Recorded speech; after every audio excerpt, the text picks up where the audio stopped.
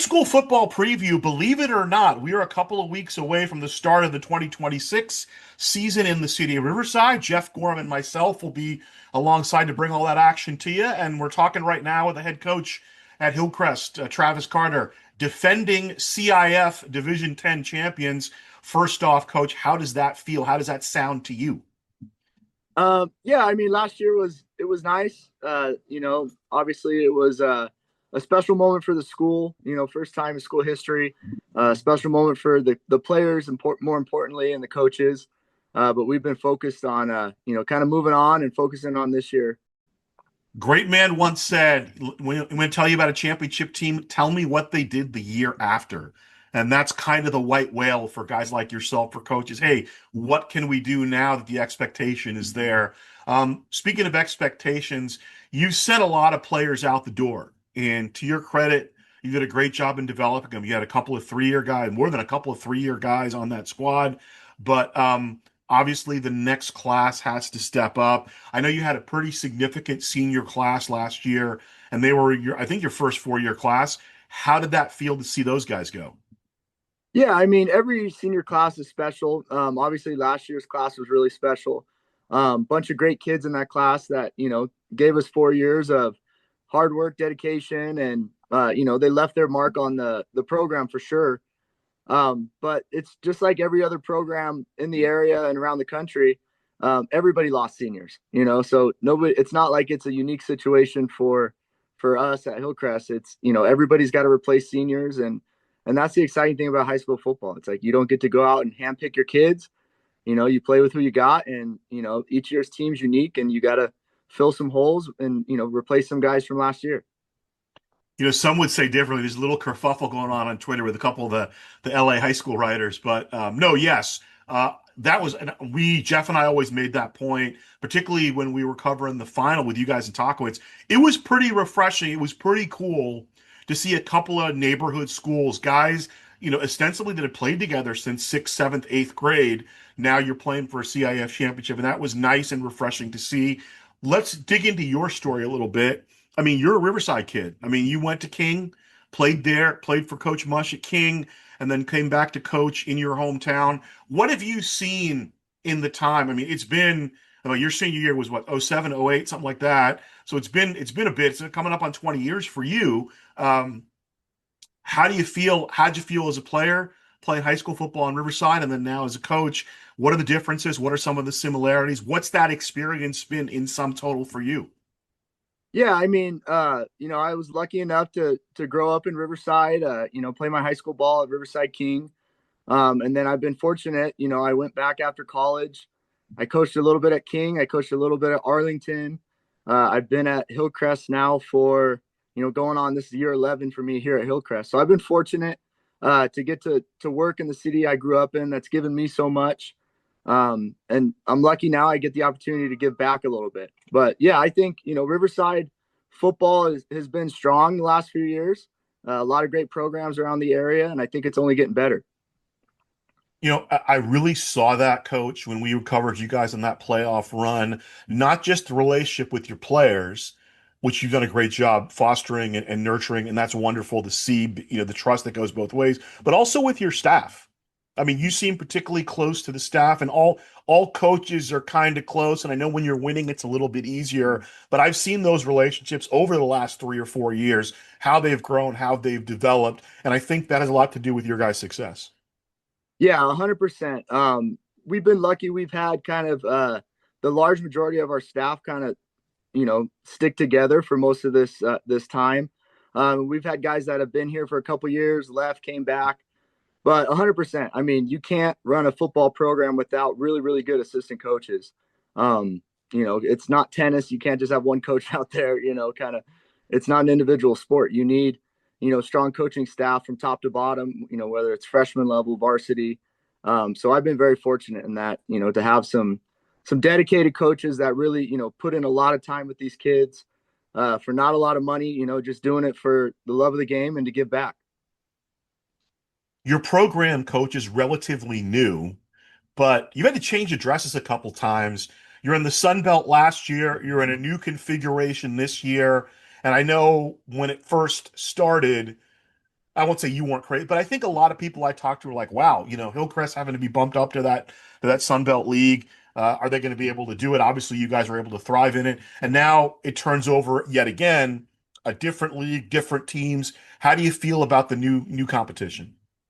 Yeah, I mean, when we first transitioned to the Sun Belt a few years ago, initially I wasn't thrilled. It got rid of some of the natural rivalries we had before in the River Valley. But to be honest, it's grown on me. The last couple of years, it was an extremely competitive league, and I Yeah. think that was kind of the whole plan behind it was to have competition top to bottom, within the conference. So obviously, last couple of years have been really competitive. We've had some success. We left some things on the table that we wish we would have did better, but this year I think it's going to be really competitive as well. We got some strong teams entering the league, from both leagues. The Ivy as well as the Inland Valley. And then we also, we got us in Valley View who are staying. So it's going to be a tough league, I believe, from top to bottom. I think, there's going to be a lot of strong teams in there. I looked at your schedule now. You're going to be our opener, so I think it's going to be Hillcrest Poly on August 21st. So we'll see you then. But I know you're doing North is in your league now, so that makes it a little bit easier for you guys. And you always like to play the Riverside teams. How did the non-league schedule take me through the process? How did you guys build that schedule this year, Coach? Yeah, so we wanted to schedule Poly again. Obviously, last couple of years they've been in our league. Right. A couple of years prior to that, we played them non-league. So now that they're moving up to the Ivy, it was an easy one to just schedule them week 0. And then, the following week we got Vista Del Lago, Yeah. which, they're a strong program as well. And then we're playing Ramona again. We've been playing them since the River Valley League days. We still got Temecula Valley on our schedule. And then we're rounding it out. We got Patriot in our non-league as well. So kind of And I was very happy you guys scheduled that one. That's a good matchup. A couple of teams that kind of play a little bit different stylistically, but that's always competitive. That was always competitive. yeah, and that's the idea. We want to schedule teams that are competitive. So every team on our schedule, we were Division 10 last year. Every team on our non-league was, in Division 9 or 8 playoffs. So the idea is to, step up to the challenge and, play some tough teams, and hopefully that prepares us for a tough league. All right, Coach. So I don't want to put anybody on the spot, but I mean, we mentioned you had a bunch of seniors graduate. Who are we looking at? Maybe give me a couple of different guys, couple guys on offense and a couple of guys on defense who you think will be able to take that next step. Yeah, so obviously we had some seniors graduate, but we're returning a decent amount. We played a good amount of sophomores and juniors last year as well. So, I'll start defensively. Our entire linebacking core is returning. So we have Divine Eddie's back, inside linebacker with Angel Maldonado. We got Issa Nora, outside linebacker. We got Karam Salama, outside linebacker. So all those guys, started a lot of games last year. And the secondary on defense, Nico Bernal is returning. That's right. He's going to be a 3-year starter. And obviously he was, not only our leader on defense last year, but he made a huge impact on the offensive side of the ball. Even bigger impact on special teams last Yeah. year. Not only with, I think he returned, 5 kicks for touchdowns, but he also blocked, I want to say it was 4 field goals or PATs last year. So he's the kid that, is going to make an impact all over the field. Defensive line, we're returning Eddie Martin, who was a starter last year. Devin Eddy, who was a starter for a lot of games last year as well. So we're more experienced this year on defense than we were last year. Last year we were pretty young on defense. This year we got some of those guys, coming back with a little more experience. Offensively, we probably lost some more guys than the defensive side of the ball, but we're returning Reyes Ortiz, who was, all league, all CIF running back last year, had, huge production, especially late in the playoffs. We were able to kind of lean on him and run the ball. Alex Villasenor is going to step in at quarterback. He started 5-6 games last year. Did a great job. We also had another good quarterback. So we're not panicking as far as who we're replacing. Up front, we got a couple offensive linemen returning. Jaden Valencia is returning as a second-year starter at tackle. Nick Guerrero's returning as a second-year starter at guard. We got newcomer Aaron Kirk, who's going to kind of anchor that offensive line. And then the rest, we got some spots that guys are out competing in camp right now, to earn those positions. So it's like other schools are. We got our position battles, our competitions, and kids are out there working hard trying to get on the field. I want to thank you, by the way. In May, you guys had your ring ceremony, and you very graciously invited Jeff and myself to come check it out. And that was wonderful to see because when I started covering Riverside football, there was no Hillcrest. Like you guys came around the second or third year I was doing the games, the new high school open, and to see that first kind of championship experience, just to kind of see it through the kids' eyes and your eyes and your coach's eyes was pretty cool. And the families were there as well. That was a pretty cool little event you guys had. And I always forget, and I guess I don't forget, we don't think about it as much now, but because of the nature of your school, we said neighborhood school, you had families, brothers who played, you had a couple different brothers, even who played for you now, 2 and 3 brothers, generations of these families have gone through the program over there. And that was pretty cool to see up close and personal. Yeah, first of all, thank you to you and Jeff. It was a no-brainer trying to get you guys over there. The kids, they get sick of me talking, and they get excited every time that you guys cover our games. They go right after the game, they're going to go watch the highlights, rewatch the game on YouTube. So they love, obviously your guys' coverage. You guys do a tremendous job. But yeah, we have a bunch of brothers, whether it's both brothers or on the team right now, one's a senior, one's a freshman, or we're getting, the second or third brother coming up, where we coached their younger brother a couple years ago. So that part's fun. Just kind of seeing the families come through here. Well, I think that's it. How's your special teams look? You guys had an amazing leg as it's and in high school, it can be touch and go. And in the playoffs in particular, if you have a good kicker, that's a huge advantage, which you guys had last year. Yeah, so our kicker is returning. So Ethan Valdez did a great job last year. Not only on PATs, field goals, but with kickoffs as well. So we got him coming back. We're excited about that. He's been working hard and getting better as well. So special teams a huge part. We're obviously going to put a lot of emphasis, like we always do, and kind of just try to get the kids to buy into it as much as they would offense or defense. That's always the challenge.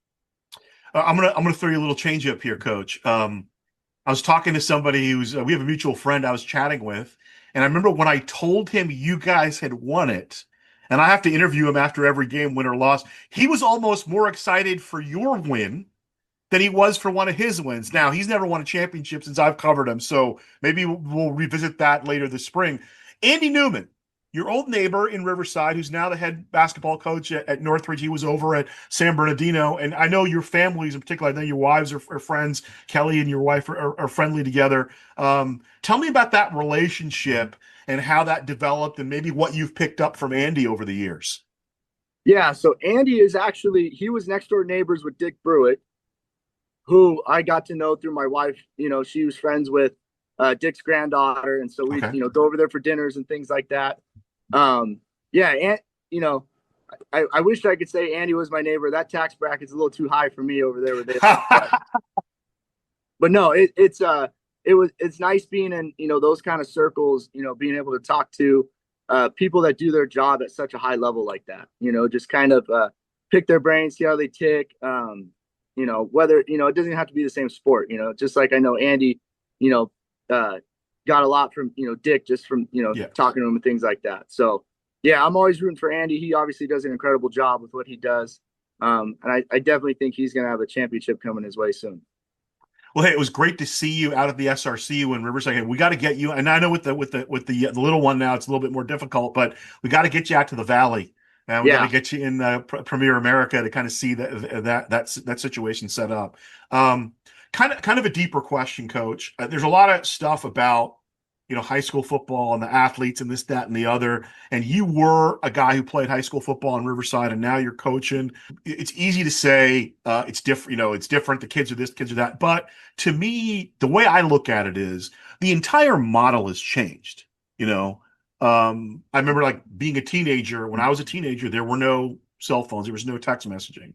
And obviously now my nieces and nephews, they all everything's regarded around their phone. And that's not I don't think that's a good or bad thing. It's just the model is different than when I was as a teenager. What have you felt in terms of being a high school teacher first, maybe, and then as a coach second? what's a couple of things that have changed in the model that really stand out to you? Yeah, I mean, obviously, people always say all the kids nowadays are different, and you'll hear that all the time. And to me, a lot of times, like, yeah, that may be true, but it's also like, okay, what are we going to do about it? Like, what would we ask our kids to do? Do we ask them to complain about it, or do we ask them to find solutions and find a way to make it work? So, even when I started coaching, 12 years ago or whatever, Yeah. how you can maybe talk to a kid back then, and just, tell them, hey, do this because I said so. It doesn't always work now, because the kids have so much information available to them. They have a encyclopedia in their hands. They can just look stuff up and they know if you're full of it or if you know what you're talking about pretty quickly. So it's, again, like you said, it's not necessarily a bad thing. It's just changed. And, coaches have to adapt, players have to adapt, and we're going to continue to have to adapt as we kind of move forward. And same thing with teachers in the classroom. So I might have been more impressed. I mean, obviously your road to the championship was impressive, but when we were doing the post game after the Tahquitz win, the players' reaction to you impressed me in the sense that that's genuine, right? I mean, you're not a taskmaster who's yelling and cursing left and right. You're kind of more of a psychologist. I think that's your take to it. And you definitely use your assistants. You allow your assistants to be involved in that process. But you mentioned it earlier in terms of fostering relationships is one thing, but the genuine nature, you can push a kid if he genuinely believes that you care. And I guess the question I'm going to ask you, Coach, where does that come? I'm guessing comes from your family and other coaches you've had. Where does that come from for you? yeah, I mean, I think it's a combination. I've been around a lot of good coaches. I've been fortunate. And then, I got to play obviously for Mush growing up at King. I had some good coaches when I was at RCC and University of LaVerne. I learned a lot from. I coached a couple of years for Pat McCarthy at Arlington. I learned a lot from him. I spent a year with Kevin Corden at King. I learned a lot from him. And then my time here with John Brandon for a few years. You learn a lot from the guys you work with. You take the good, the bad, and you kind of try to make it your own. And I'm still learning. Like, I got a lot of room to grow. A lot of areas I feel like I can improve at as a coach. There's a lot of things you go back and look and you're like, man, what was I doing? Why was I acting like that? What was I, So it's all about constantly reflecting, and just trying to get the best out of your kids, So a lot of trial and error, I would say, definitely. What's the community's reaction been? I mean, I mentioned it a little bit when we came to your ring ceremony, but how's the reaction around the school and in the community been? You're back for trying to defend championship. Yeah, our community's been great. I say it, every year at our parent meeting.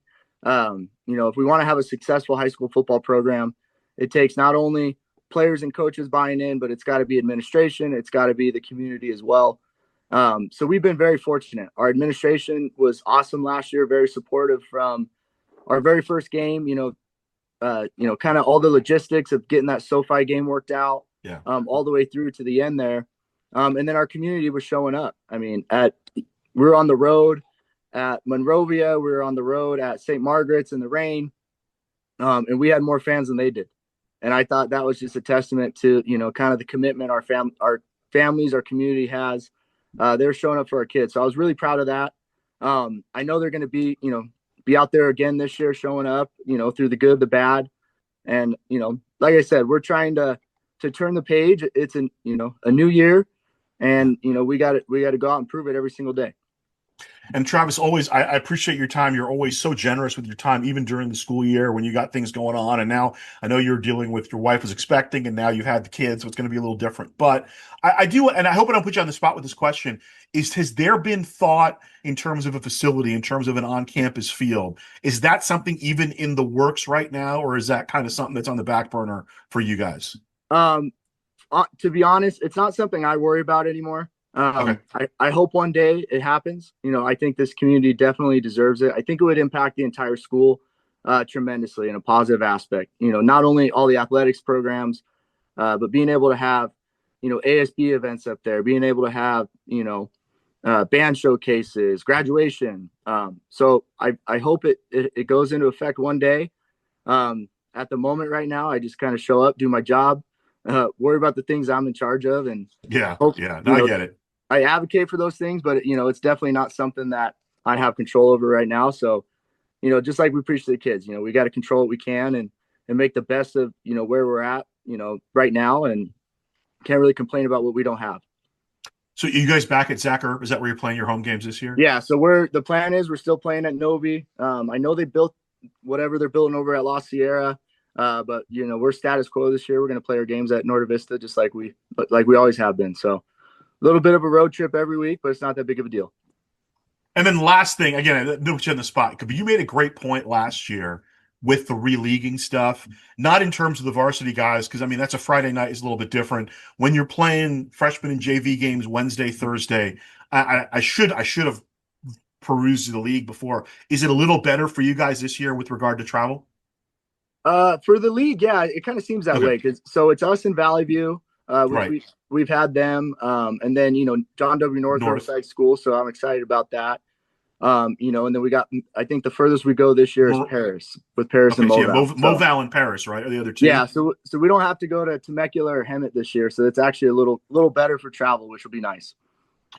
All right. He is the head coach of the defending CIF Division 10 champions, the Hillcrest Trojans. They will begin their season. They're going to be our opener. Jeff Gorham and myself will be there on August 21st. They're playing Poly to start the season.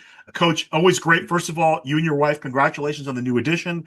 Always great to talk to you. Thanks for the time.